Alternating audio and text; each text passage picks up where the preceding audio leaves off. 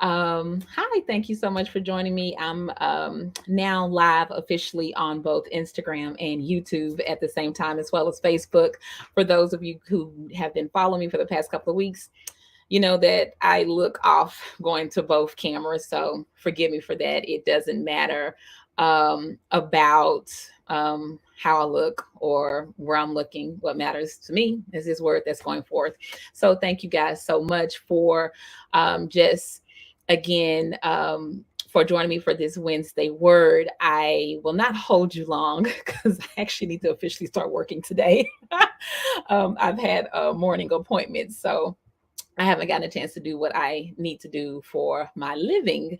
But I wanted to talk about a specific topic that's kind of it's a real topic. It's a little bit morose in some instance, but for the most part, I really want it to be challenging for all of us, for each of us, for what we think. And so the title of today's topic is going to be Life Scan, Living Abundantly. And the scripture that I'm going to reference is a real short scripture, but it comes from the context of it is much bigger than that. But the short scripture that I'm going to read is going to be John 10 and 10. And it says, the thief comes only to steal, kill, and destroy. I came that they may have life and have it abundantly. And that was Jesus speaking and saying that he came so that we may have life and have it abundantly. And within the context of that, I really want you to make sure that you're reading the full chapter in John 10, because it really goes into what the enemy seeks to do. The enemy seeks to, again, to steal, kill, and destroy, but what Christ's role and his purpose is. But I want to kind of focus on that living abundantly part of it and what that means. And so on Saturday, I was on Facebook and I had saw a post that I had made in February. I think Saturday was February 4th. So I saw a post that I made February 4th of 2020.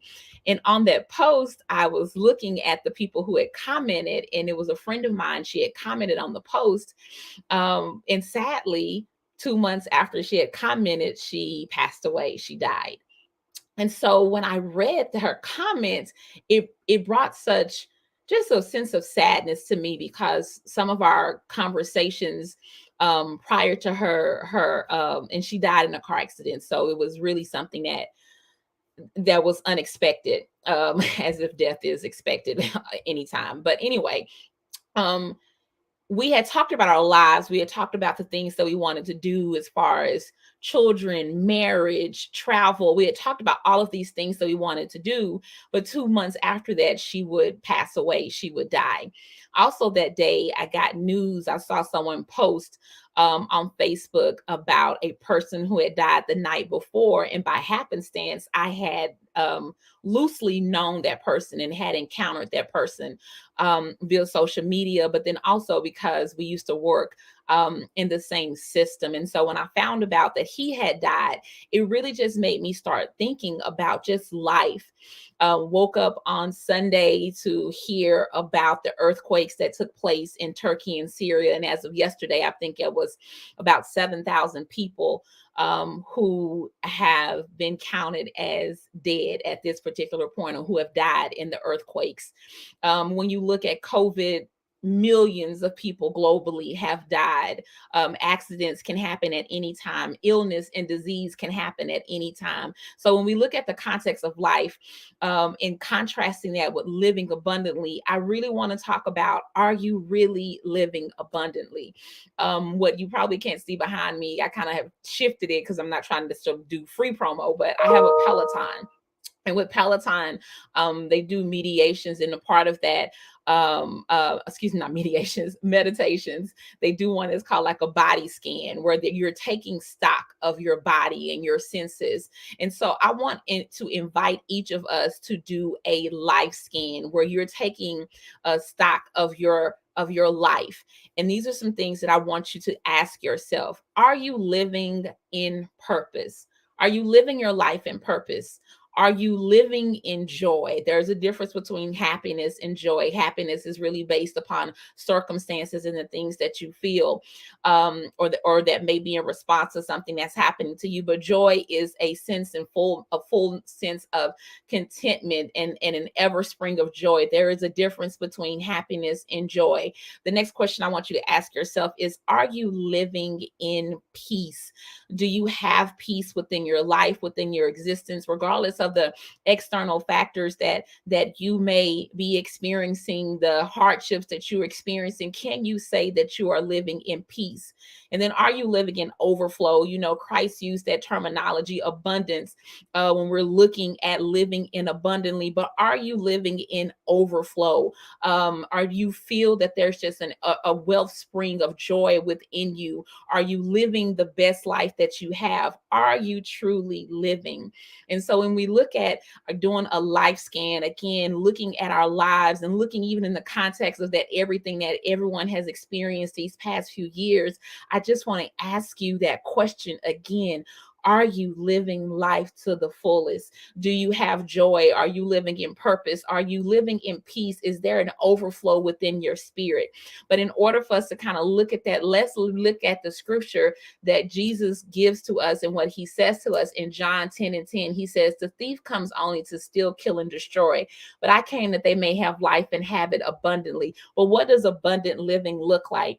In our society, especially in Western society and capitalism, we think abundance means money. We think that if we have abundance, that we are living at this great a point of our lives and that we don't have any troubles. But how many of you know that some of the richest people that you know are struggling with anxiety? They're struggling with depression. They experience loss as well, that they don't have that ever springing word that we will again call joy, that they don't have that in themselves, even though they have what people will say the abundant life. They're living life large and in charge because of their finances.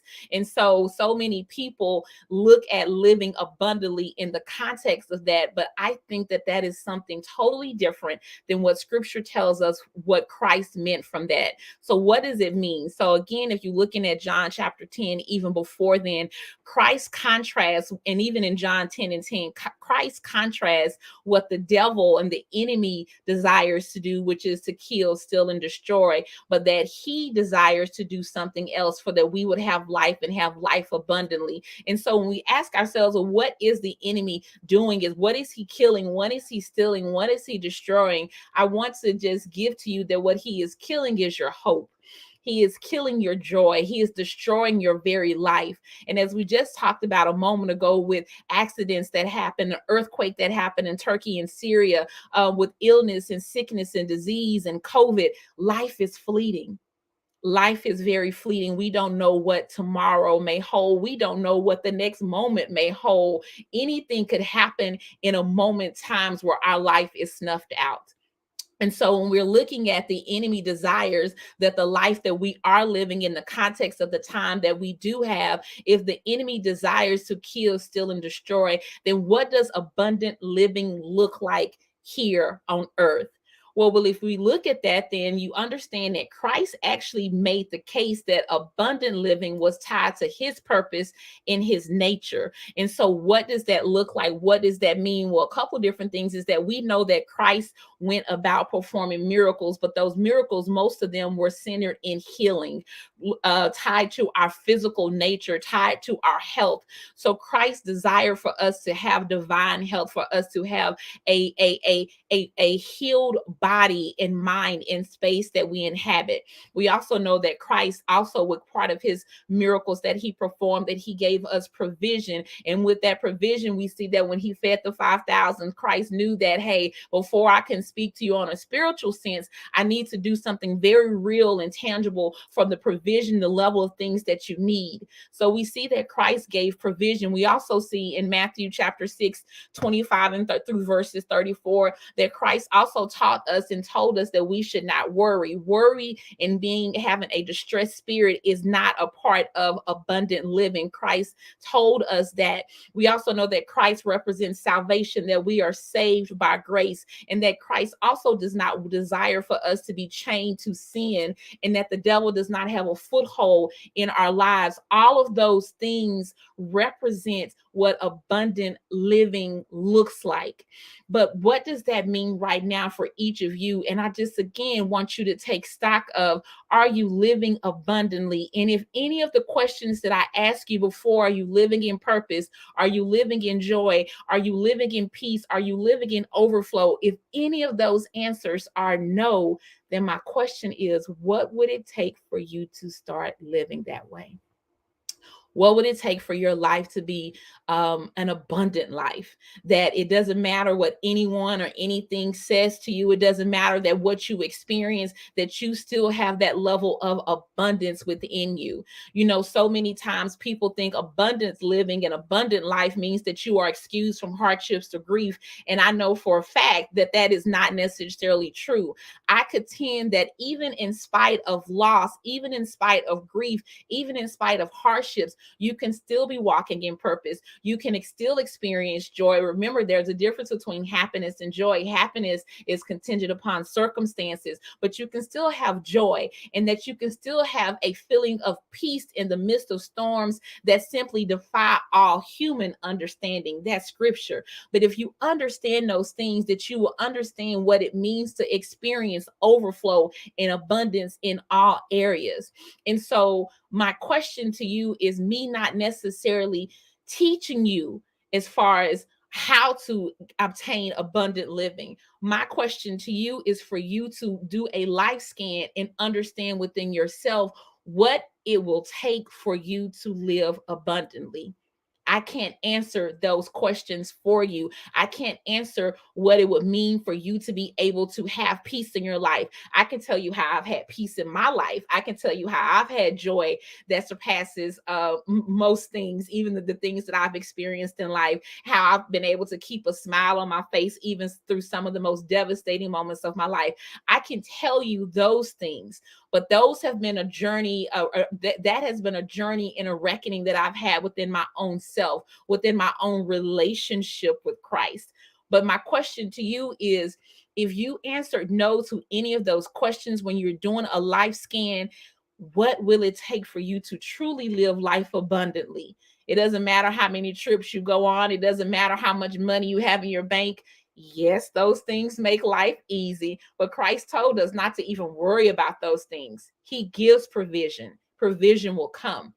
But if you're so eaten up with worry and doubt, if you don't have peace, if every little thing externally disrupts you internally, then you are not living life abundantly. And so I just want to encourage you to really take a life scan, take stock of yourself, really ask yourself these questions.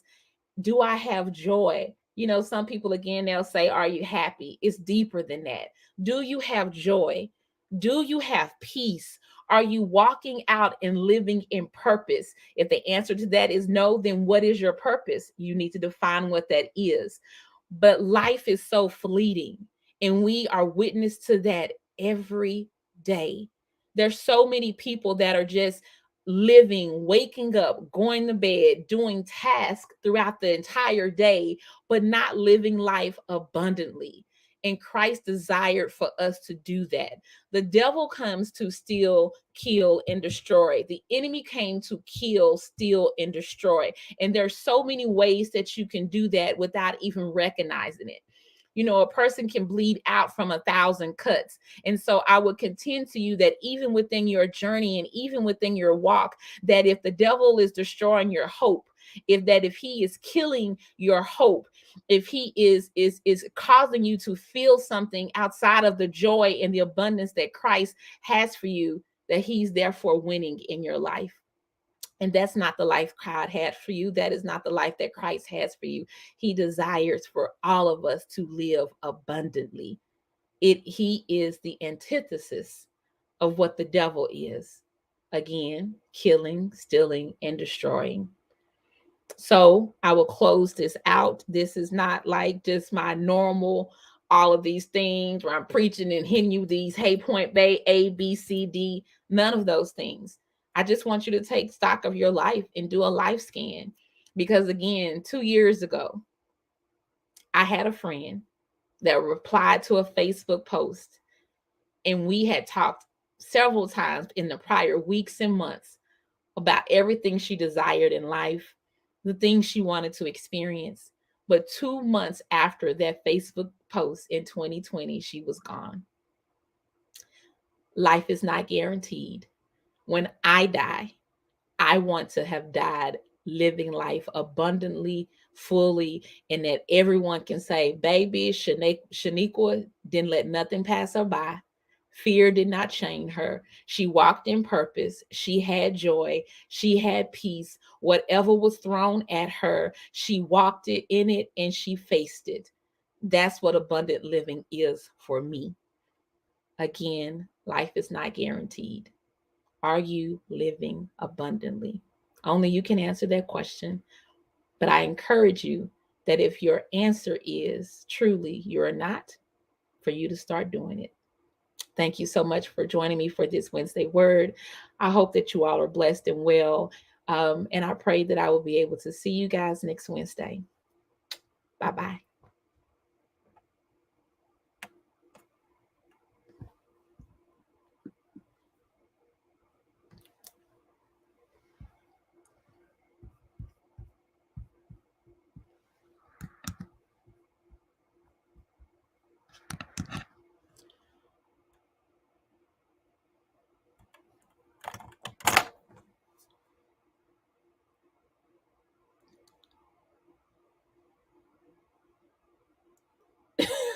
Why my faces look like this? Oh.